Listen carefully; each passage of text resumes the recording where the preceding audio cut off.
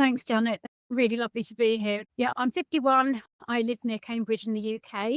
I'm married with two grown-up children and a 13-year-old. I've had all kinds of bits of careers all over the place. Always been really passionate about writing and quite a creative person. But at the moment, I work in alumni relations and fundraising and do quite a bit of editing and writing for the alumni magazine. For over half of my life, I've been pretty unhappy with my relationship with alcohol. It was never huge amounts, but it was the frequency. It was very pervasive across all areas of my life. I'd have breaks and always go back. I'm recently diagnosed with ADHD, and that revelation made a lot of things make sense. What you're describing is very typical for many of us, isn't it? We sit in that grey area drinking phase far too long, really, because we convince ourselves that we're fine because we're holding everything together. Yes. Why do you think we do that? Why don't we just reach out, get some help and fix it? I think it feels too big. I think that also safety in numbers. You'll always have people telling you, if you don't drink that much, or don't be so hard on yourself. Oh, I drink more than you. And it's so normalized. I think considering stopping just feels too huge. And personally speaking, I lost so much time trying to moderate. And I wasn't a heavy drinker, trying to get down to those 14 units a week. And I gave myself a really hard time for being weak. But I think the truth is alcohol has no intention of being consumed in moderation. That's not what it's for, is it? No. And I used to look at people that were really far gone. And I went to a few AA meetings and heard these stories about people that had lost everything. And I used to think, I'm not that bad. I'm not like them. So No. a lot of that going on. And my friends also, they used to say to me, what are you fussing about? Everybody drinks a bottle of wine a night. But when you think that's 7 bottles of wine a week, that's not 14 units, is it? No, it's a hell of a lot more. And when you do try and moderate it, it's not the best of both worlds. It's the worst of all worlds because you're not having as much as you want. So you feel deprived. Yeah. On non-drinking days, I would feel I'm missing out. I want to drink and I was biding my time till the next drinking day. So there was no peace. I wasn't enjoying the time that I had. No, it takes up so much mental space. And that's one of the big things that many of us experience when we do quit. The clear mind can think about something more interesting than alcohol units. Yes, absolutely. I do enjoy your writing, Liz. You talk about midlife awareness in those blogs. So do you think something shifts in us ladies at that stage of life? Why is it such a significant phase? Yeah, I'm talking from the perspective of someone with late diagnosed ADHD. I think perimenopause has quite a bit to do with it. I realised I'd been muddling through, wondering why I was finding things more of a struggle than other people seemed to. I didn't know that I had ADHD, but then when that was compounded by perimenopause, I felt like I was going mad. I went to get HRT when I was 49, which helped. But the diagnosis of ADHD made a lot of sense. And by that point, I'd been using alcohol as a crutch for years or decades. I know for some people, the empty nest syndrome, that's part of it. And you've done your job and you've raised your kids and there can be a sense of, oh, what now? Yes. So I think that all feeds into it. Did you get your diagnosis straight away when you went for HRT, or did you have to shop around a bit until you got a diagnosis? Yeah, I got the HRT before I was aware that I had ADHD, and then I was on a waiting list to get an assessment, which I eventually got last October. In the meantime, I educated myself quite a bit about ADHD, just as I'd educated myself about alcohol through the Breaking Free course. And I learned that with ADHD, your dopamine levels are naturally low. Alcohol, of course, delivers a huge dopamine hit. We tend to suffer from rejection sensitive dysphoria. So everything hurts more than it should. And you can feel that someone's hating you or they're cross with you. And So taking the edge off can feel very tempting. Time blindness, the inability to play the tape forward that some people have. There seems to be just 2 bits of time, now and not now. And that was something that the Breaking Free course was so good with, because there was such a wide range of tools available. There was going to be something that worked for everyone. So which tool was useful for you? Oh, yeah, various ones. I think the 2 of the most useful things were knowing that you have to go through that period of things being tough. You have to feel boredom for a while. Yeah. Yeah, absolutely. And with that dopamine seeking ADHD brain, that can be quite tough.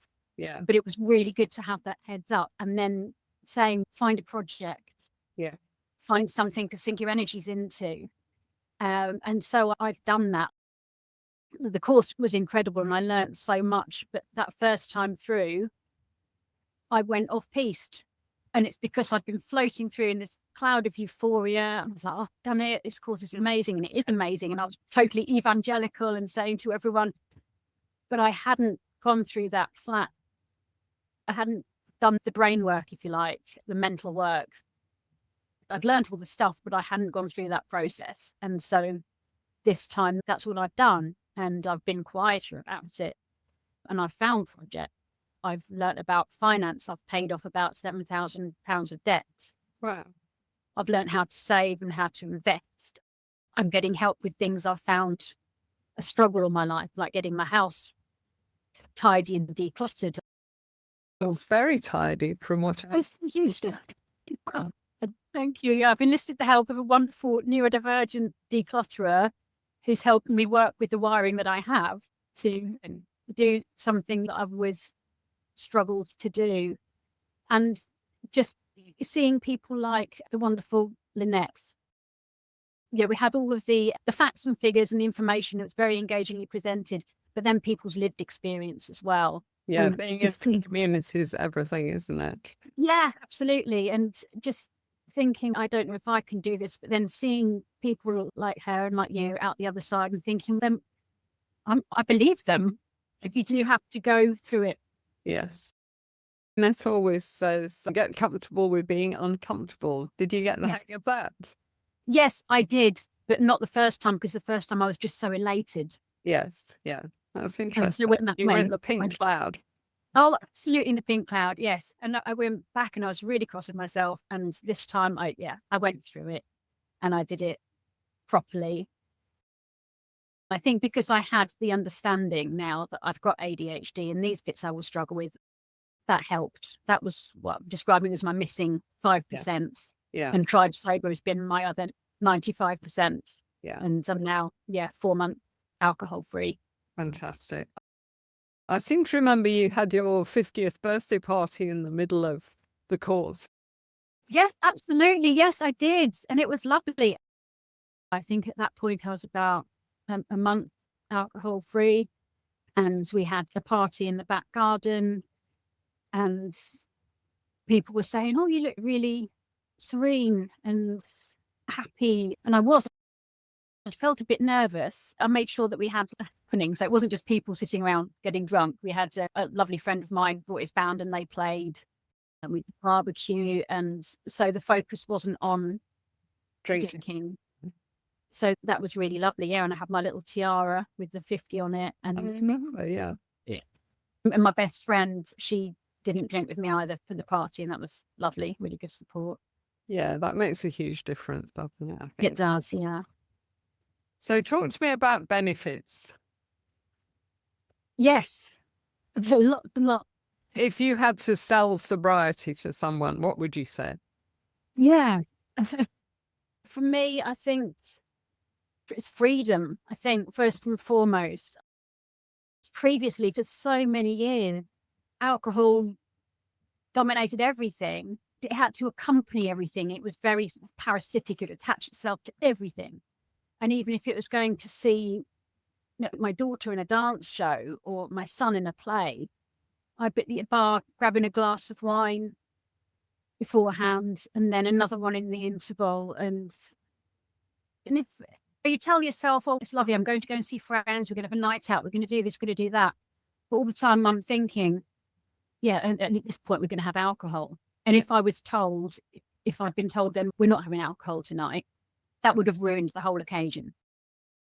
If I was out for dinner with people, I'd be looking at their glass and the bottle of wine and thinking, are we going to run out? Exactly. It dominates everything. It was always just like, how much can I have so that the room doesn't start spinning, but I can still get the buzz? It was really exhausting and all-consuming. My biggest fear, which kept me stuck for a long time, was if I stop, I won't really enjoy things. I'll have to get used to having less fun and less joy. That is so untrue. And people said it was untrue. I thought they're just maybe not wired like me. It'll be true for me. Oh, that keeps so many of us stuck. And in fact, I remember at the beginning going through the flat bit and thinking, if I'm going to feel like this for the rest of my life, I don't think I can do this. Yeah. I'm naturally quite shy and introverted, and I often feel quite socially awkward. And I always would look forward to having that glass in my hand to give me that confidence, but it keeps you stuck. I guess I started drinking around 17. I hadn't had the chance to grow because I'd always fallen back on the booze. And now in social situations, I'll say, that's fine. I've got a right to be here. It's fine for me to take up this space. I've got something to say. I'm going to go and chat to that person that I've not met before, and actually really starting to enjoy that. Yeah. And I think it really helps to ask people questions and listen to them. And I think when we're drinking and talking, we don't do much of that, do we? With ADHD, there's a real craving for connection. Yeah. And it can feel like, oh, the way to connect with someone is to go out and get drunk with them, and then you forge that bond. And it's like a shortcut past the awkwardness and past the small talk, which I find hard with this sort of wiring. But it's not real. One of the very best things that I gained from Tribe Sober was my friendship with Gail, who also did the course at the same time as me. And she is now heading towards 600 days sober. Wow. And she's become one of my closest friends, as well as my sober guru. So if there's an occasion coming up and I feel a bit, or I don't know, I'll speak to her, and it helps so much. We meet up, and we've been for an outdoor swim. We've been to do an art class, which was full of little kids and us. And we just have the loveliest time. She's been through a really tough time. She's done it all without any alcohol, and she's just incredible. So that is a genuine connection. It's lovely for you to be friends with someone that is a bit further down the road, but not decades down the roads. You remember when she was at your stage. Yes, absolutely. Yeah. You're 4 months alcohol-free. How do you see the future? It all feels quite exciting. It feels like there's opportunity opening up, and I'm not quite sure what.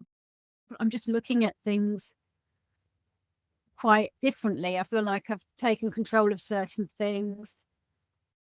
I do need the dopamine hit still, so I've discovered wild swimming, cold water swimming, and I found a really lovely community there. Yeah. I have weekends away whenever I can with my best friend, Ruth, who's also late diagnosed ADHD.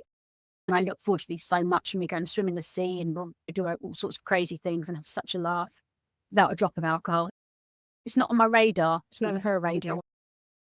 I think doing stuff in a group like you are, it takes it out of the equation, doesn't it? Because it's about the activity. It's not about drinking. Yeah. Yeah. It's about the activity, and it's about that community.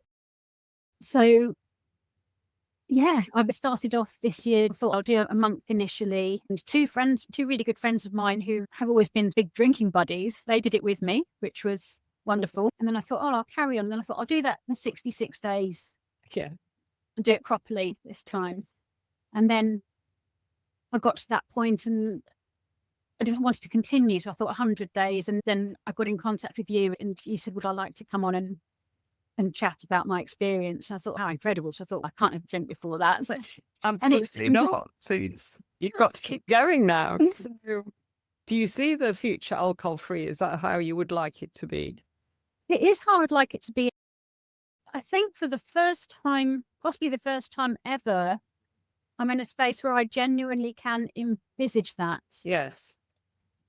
because I'm doing the things and really enjoying the things and setting up this life that I'd still have things I really look forward to. I used to look forward to drinks on a Friday night, and now the highlight of my weekend is, oh, I've got my wild swim on Sunday, first thing in the morning, in freezing cold lake, massive dopamine hit, brilliant chat with brilliant people. So that connection, I think meaningful connection with others, that is so essential to all of us, really. My 13-year-old daughter, I was quite shocked to learn that a lot of her friends of 12 and 13 are all regularly drinking alcohol. And it's available courtesy of parents at parties in some cases. My older two have a healthy relationship with alcohol and don't drink a lot. But with my younger daughter, if I'm going to be saying to her, oh no, you shouldn't be drinking at parties, but I'm still drinking, it's not going to give the right message. So we can have really good chats about that now. Yeah, it does open the dialogue, doesn't it, with our kids, I think. Your older ones, do they know that you've stopped drinking? Yes, they do. No, Do they think of it? Are they proud of you? they're really proud of me. Yeah, it's lovely. My son, he's been at uni and he's back home for a year, and we're not having it in the house. He'll occasionally go out with friends and might have a couple of drinks. When I was drinking, the older two, when they were home, they'd drink. My husband would drink. I'd be getting it in. If I don't get it in, they don't drink. Wonderful. Yeah. I know you're quite passionate about ADHD. If people are listening to this and they think, oh, I wonder if I've got that. Talk to us a little bit more about it. When you went to be diagnosed, you said you had an assessment. What happens at the assessment, for example? It's just lots and lots of questions, and you do tests as well. There was a test where these blocks would come up in orange or blue, and you needed to click one thing if it was blue, one thing if it was orange, and they do that for 20 minutes. I didn't do well in it because it's boring. ADHD, it's not a lack of attention, it's an unfiltered abundance of attention. And that's why I can't keep my house straight, because people will say, just pick a corner, and my brain will go, there's 47 corners and they're all screaming. So it's really hard. It can lead to hyperactivity. For me, that's not so much external, it's in my head. It's like there's 50 tabs open at once. It can be impulsive. So I've made really bad choices in my past, because it's like you focused on the now. I want this now. I want this gratification now. Alcohol or whatever it may be, and inattentive. So I can be very interested in wanting to know what someone's saying. If they're giving me directions to something, I can't take them in. I'm nodding and, oh yes, because I want to people please and show that I'm very polite, but I'm not processing the directions, and I would set off in the wrong direction. But I used to have a reputation of it's to do with fidgety, naughty little boys at school who can't sit still. And there's been quite an explosion of women in particular being diagnosed because you've held it all together, you didn't realise what it was, you knew you struggled, there's a lot of shame associated with it. And then when it's compounded by perimenopause and you just can't hold it together anymore. The perfect storm, isn't it? Yes, it's the perfect storm. And this is why you're so much more prone to alcohol dependence if you've got ADHD. It shuts down some of those tabs in your head, which feels like such a relief, but it's short term and it's destructive, and as we know, very damaging. And then you have that 3 o'clock waking and all the tabs are screaming again. It's not a solution. We crave fun and we crave adventure, and so it feels like it's serving us. When I was 17, 18, I was horrendous. My behaviour and it caused a lot of hurt and into my 20s, and I didn't know why, because I didn't want to hurt people I loved, but I was just so impulsive and quite destructive. I had no self-esteem. I thought I was just a dreadful person.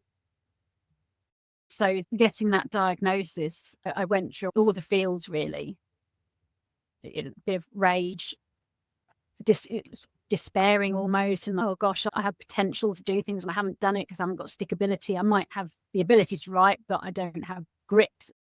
So yeah, I learned a lot about it, and I'm getting to the point of some self-compassion and forgiveness now, trying to work with the wiring that I have. Yeah. And the Breaking Free course is amazing. I'd recommend it for anyone with or without ADHD, because it has that community element. It has that bit where you can go in and share or overshare if you want to. It has that whole range of tools. You can make it your hyper focus.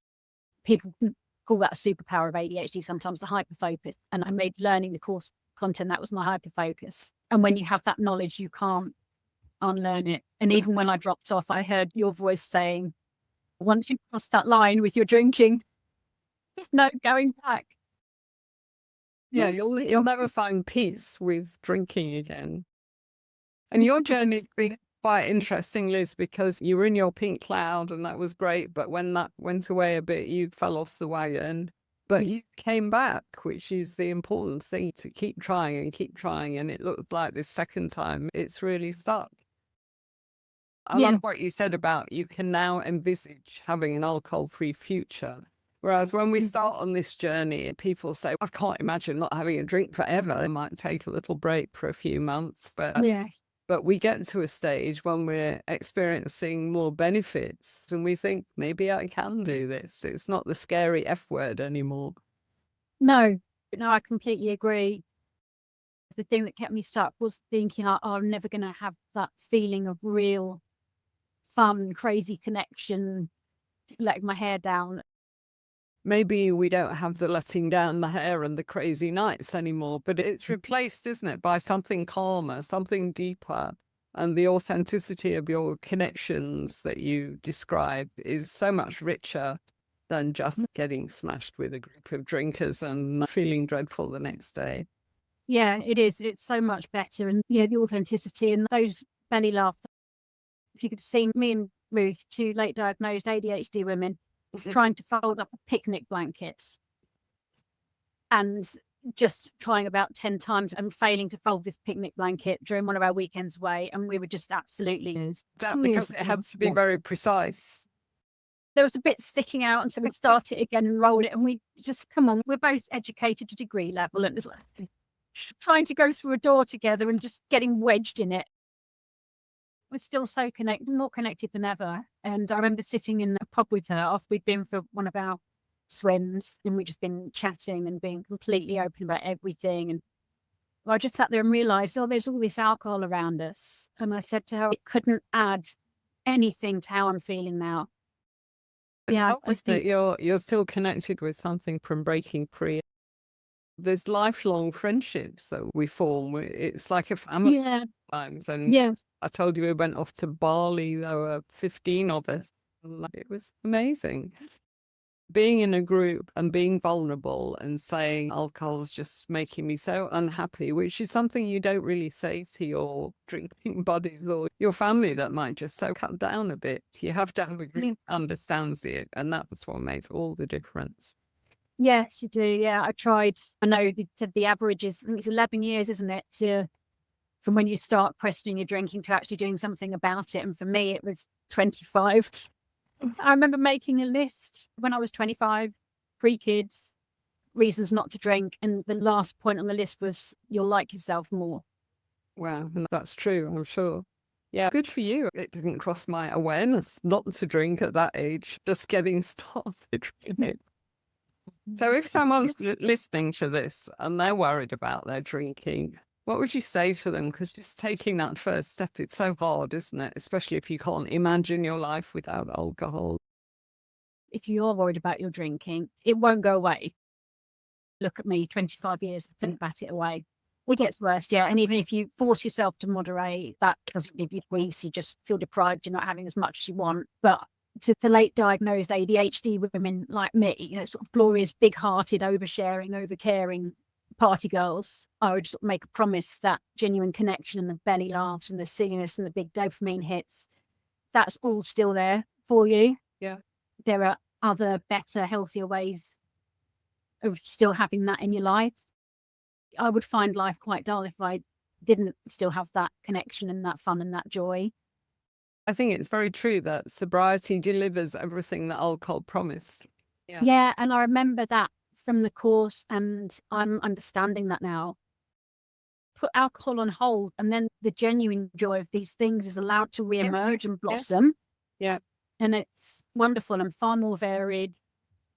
But you do need to go through that sort of flat.